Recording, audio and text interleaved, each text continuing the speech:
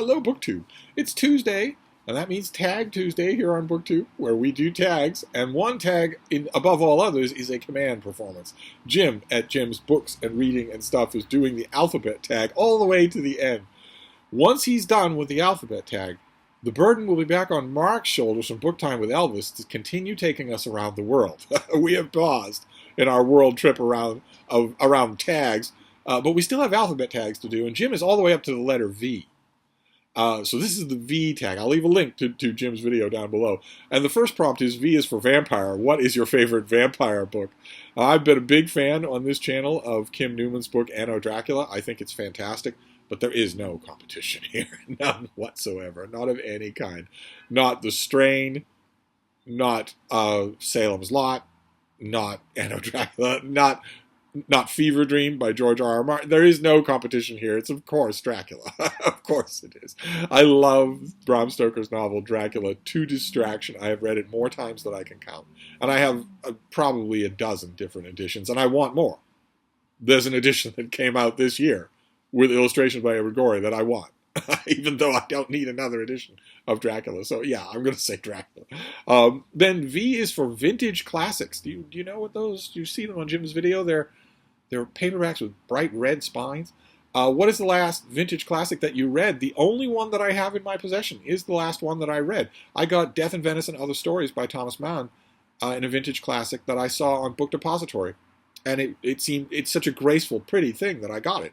I don't have the whole shelves and shelves of bright red vintage classics like some people do. Oh, some of those shelves are very, very tempting. Then V is for Villa Pacifica. What is the last book you read beginning with V? I don't know about the exact timing here. It would have been a couple of months ago. I read the Vailima Papers by Robert Louis Stevenson, but I also read Viraconium in the one-volume trade paperback that has all of M. John Harrison's Viraconium stuff in it. I reread a chunk of Viraconium, and I reread all of the Vailima Papers, so it would be one of those two, but I don't know for sure which one it is. Then V is for violence. What is the most violent book you've read? Well, we have to stretch the word read here. The most violent book that I've ever read is one that I wrote. I wrote a novel. I wrote the story of the Trojan War in the form of a novel. Not the story of the Iliad, but the story of the whole Trojan War, from start to finish, in the form of a novel. And I called it Troy War. I wrote it probably 20 years ago. And it's mind-bogglingly violent when it wants to be. It isn't all violence, but when it is violent, it's mind-bogglingly violent. Things that never even occurred to me to do in violent fiction that I've written in other places that do nothing even close. So for me, Troy War, it's certainly more violent than any book that I've ever read. And it just happens to be one that I wrote, so I'm going to go with that. This doesn't help you, because you haven't read it, but still. Then V is for video. Which is your favorite of these alphabet videos? They all stink. S is for stink. V is for Vanishing Half. Have you read it? Did you like it? Have I read it? Yes, I have read it. I did not like it.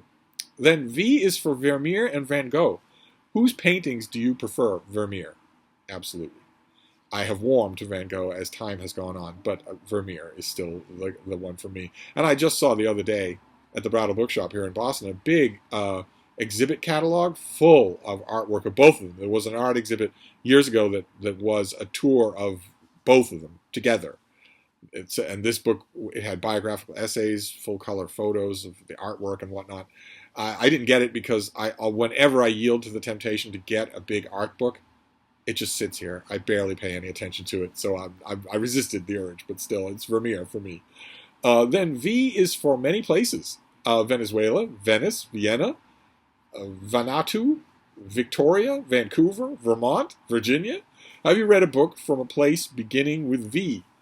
I've read many, many, many books from places beginning with V. In fact, I think from pretty much everything on this list. And the most recent one that I read isn't out yet. It comes out, I think, next month. And it is from Comma Press. It's called The Book of Venice.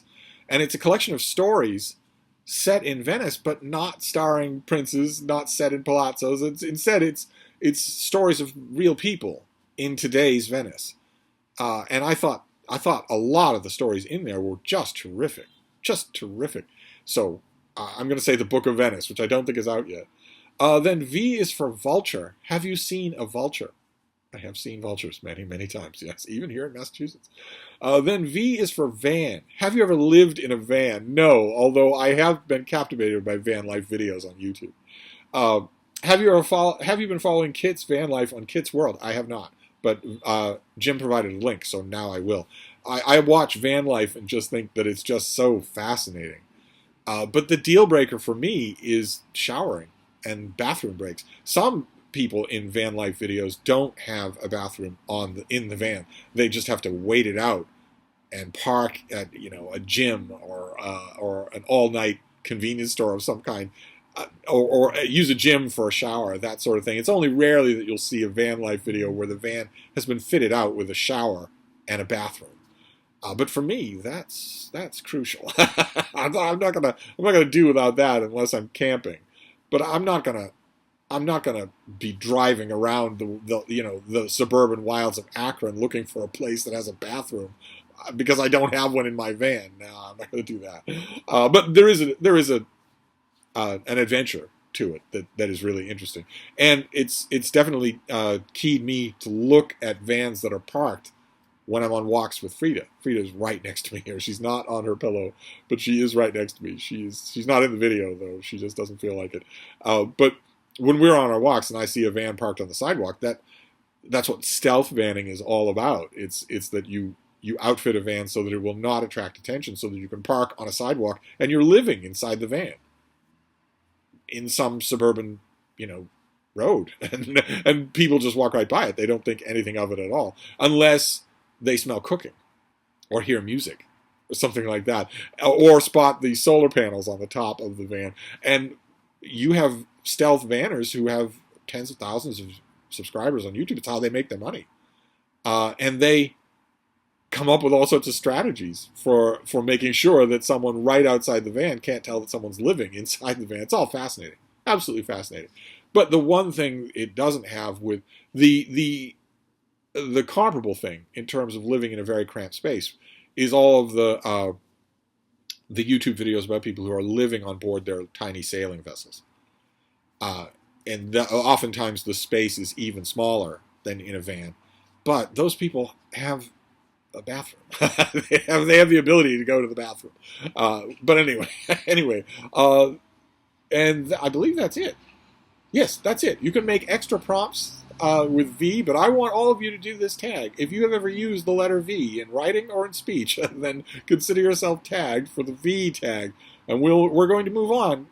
The alphabet tag is moving into very brambly territory as these upcoming tags loom on the horizon. Some of them, I don't see how Jim is going to get a dozen prompts out of them. We shall see. He's pretty creative. So I'm going to wrap this up for now, but I'll be back. Thank you, BookTube.